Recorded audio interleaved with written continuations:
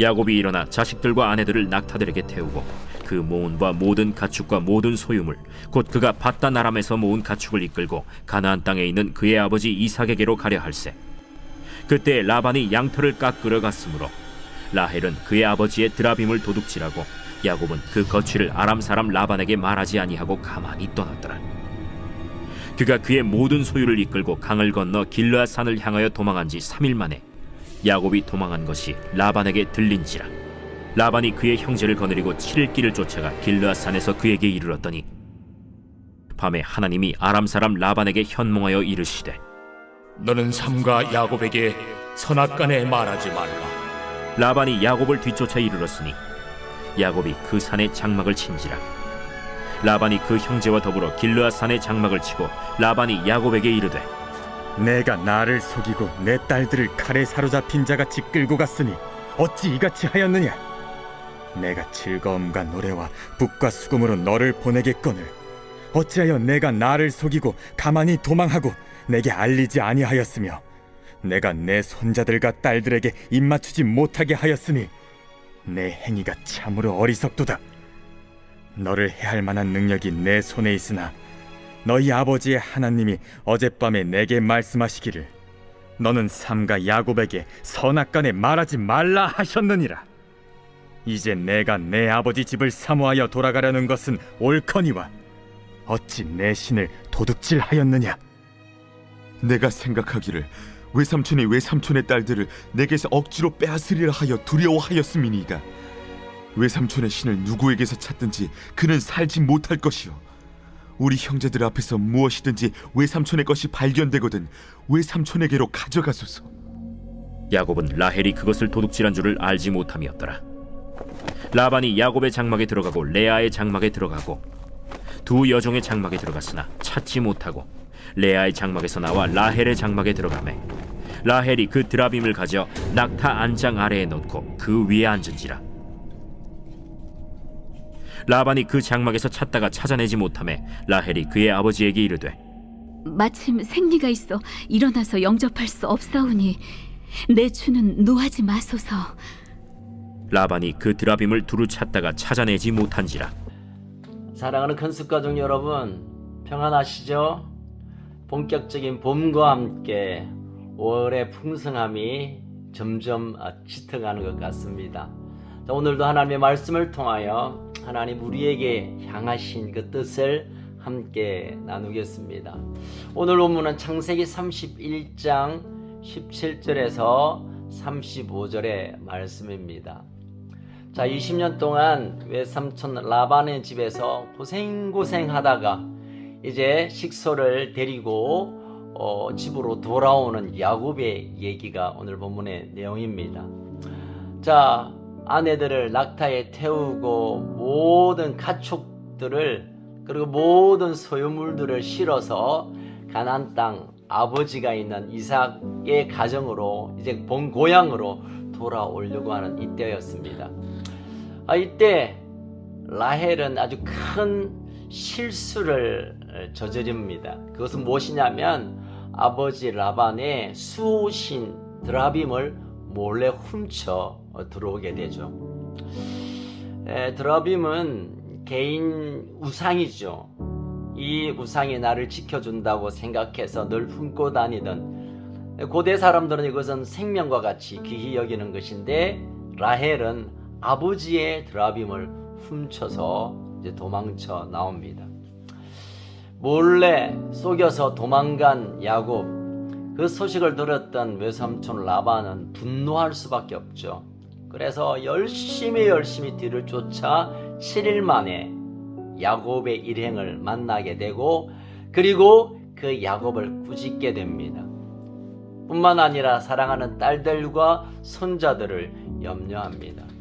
그런데 이 과정 속에 하나님께서 현몽하여 꿈에 나타나 라반에게 야곱에게는 더 이상 아무 말 하지 마라. 너의 분함도 이해하지만 하나님께서 하시고자 하는 일이 있으니 늘 아무 말 하지 마라 라는 이 말씀을 받고 오게 되죠. 어쨌든 라반은 화도 나고 억울하기도 하겠지만 그러나 하나님의 말씀에 순종해서 이 야곱과 자기의 딸들을, 이 식솔들을 보내는 일을 하게 됩니다. 그런데 여기에서 문제는 드라빔의 분실의 이유를 야곱과 그의 가족들에게 두고 있음을 보게 됩니다. 그래서 라반은 그게 없으면 자신을 지켜줄 그 어떤 신이 없는 줄 알고 불안에 떨며 모든 짐들을 하나하나 이렇게 찾아보려고 애를 씁니다. 결국은 레아가 아버지의 드라빔을 숨기고 나중에는 나귀 밑에, 자기 엉덩이 밑에 숨겨서 이렇게 기다리고 있을 때 다 찾아봐도 드라빔을 구할 수 없었기에 결국 라헬에까지도 옵니다. 라헬은 이런 얘기하죠. 34절에 보니까 35절 이어서 이렇게 말하죠. 마침 생리가 있어서 일어날 수 없으니 내가 아버지를 영접할 수 없고 내가 여기 있어야 되겠습니다. 거짓말로 속여서 아버지의 드라빔을 완전히 들키지 않게 하는 일로 오늘 이 얘기가 끝나게 됩니다. 뭐 간단한 해프닝 같고 별 의미가 없어 보이지만 여기에는 특별한 교훈들이 몇 가지가 있습니다. 첫 번째로는 야곱은 형 에서를 속여서 아버지의 축복권을 취하고 도망갑니다. 또 야곱은 삼촌 라반의 집에서 속이기도 하고 라반은 또 야곱을 속였습니다. 또 라반의 딸 라헬은 아버지를 속였습니다.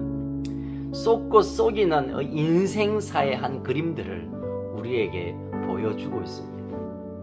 서로 유익을 위하여, 자신의 유익을 위하여 속임으로 관계를 맺고 있는 가족 관계, 그리고 서로의 관계들을 우리는 여기에서 확인하게 됩니다.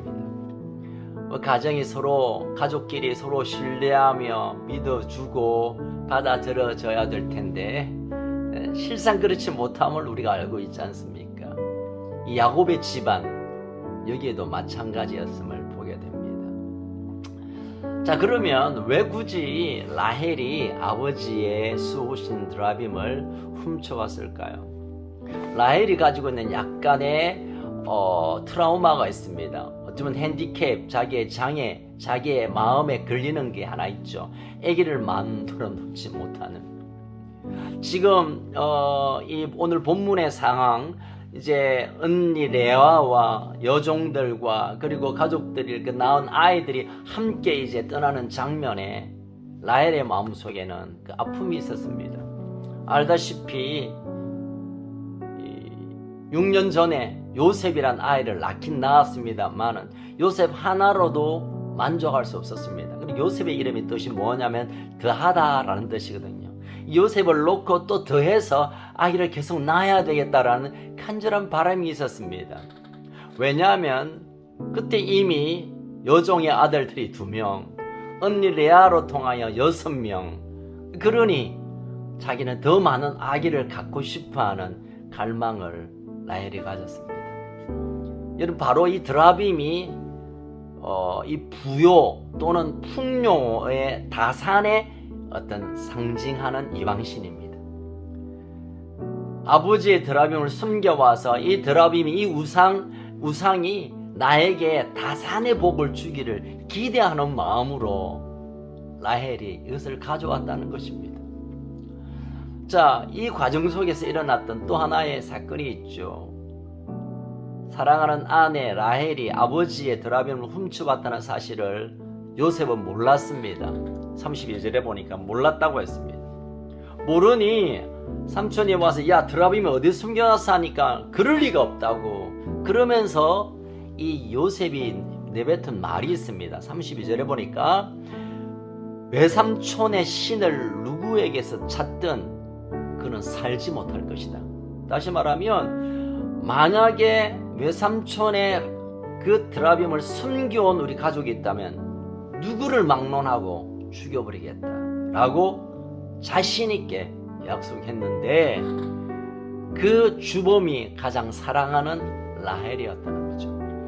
여러분, 믿음의 사람들이 이렇게 아무것도 모르고 선포해도 그 선포와 약속에 능력이 있습니다. 우리가 나중에 보면 알겠지만 35장 창세기 35장 18절에 보면 그토록 라헬이 원했던 아기를 이제 갖게 됩니다.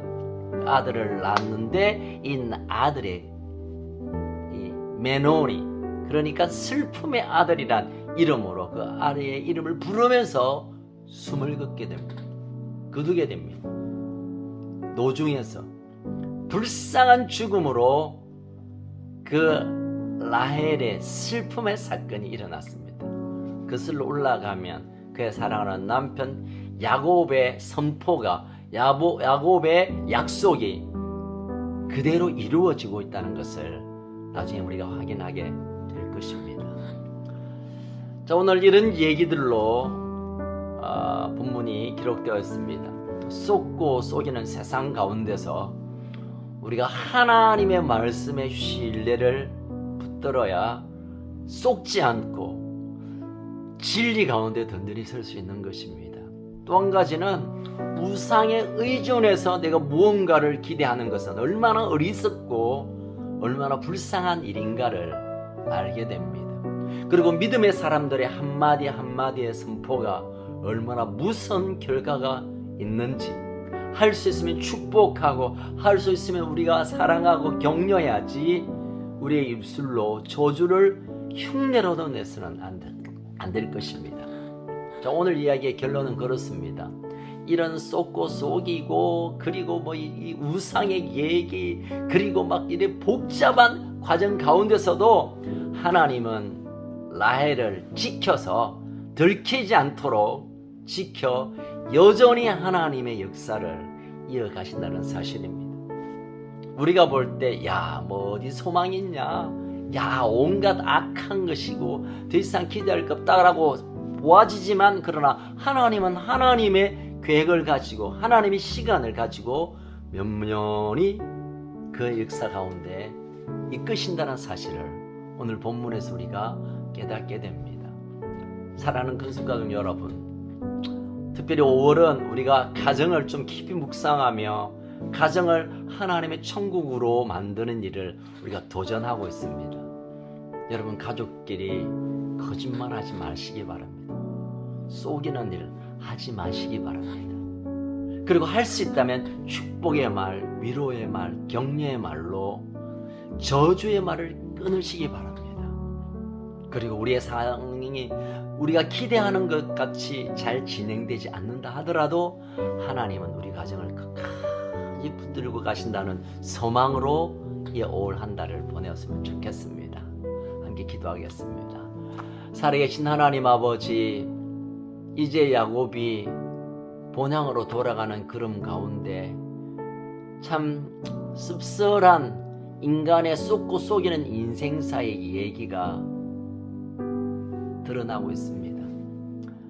우리가 속여서 단지 나의 이익을 추구하지만 그리고 또 속여야 되고 또 속임을 받는 약한 세상의 모습 속에서 변하지 않는 주의 말씀을, 우리가 진리의 말씀을 믿고 붙드는 결단을 하게 하여 주옵소서.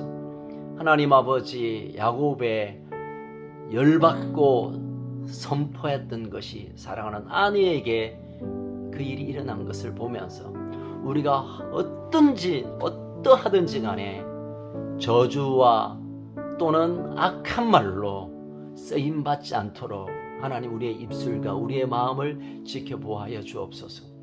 온 세상이 엉망인 것 같고 우리의 삶이 도무지 소망이 없어 보이지만 그럼에도 불구하고 하나님이 나와 우리 가정과 우리 교회와 이 나라와 이 민족을 끝까지 붙들고 있다는 이 소망을 우리가 품게 하여 주옵소서.